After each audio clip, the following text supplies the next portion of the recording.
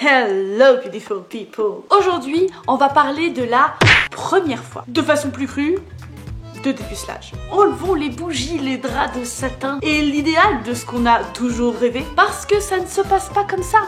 Non, non. En général, c'est maladroit, c'est bizarre, un poil malaisant. Oh.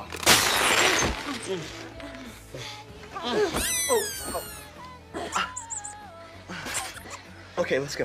What's my name? Say my name, bitch! Michelle, Michelle. Oh God. Et si tu es trop crispé, ça peut faire mal, voire pas passer du tout. Mais il faut revoir les bases. La première fois, c'est important. Il faut être sûr que l'on en a vraiment envie. Et essayer de faire ça avec quelqu'un en qui vous avez confiance. La première fois, ça ne devrait jamais faire mal. On est censé prendre son temps pour pas que ça ne fasse mal. Et c'est valable pour toutes les premières fois. En matière de sexualité.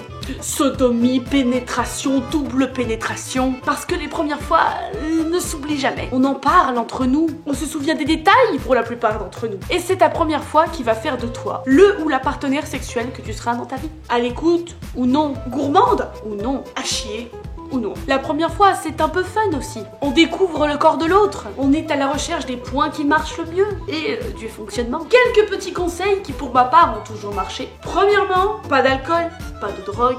Quand on envisage de faire sa première fois, pas de mensonges. On parle, on communique, même pour dire des conneries.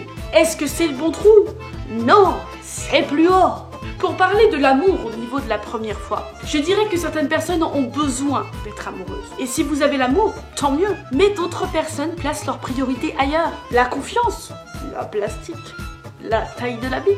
C'est de l'humour sarcastique. On dit souvent qu'après avoir été défloré, on n'est jamais plus le ou la même qu'avant. Et c'est vrai que mes souvenirs de quand j'étais vierge sont flous, très flous. Il fut un temps où j'ai été très fleur bleue, une romantique, et je pense y être encore un petit peu. Mais je me souviens très clairement de ma première fois, qui fera peut-être l'objet d'une vidéo. J'ai 2 ou 3 positions à vous conseiller pour la première fois, qui pourront vous permettre de bien gérer l'angle de pénétration, la vitesse et la profondeur. En premier, le missionnaire, classique. Efficace, bien géré au niveau du bassin. Et on peut toujours repousser les hanches si ça ne va pas. Avec les mains, avec les pieds, tout ce que vous avez sous la main.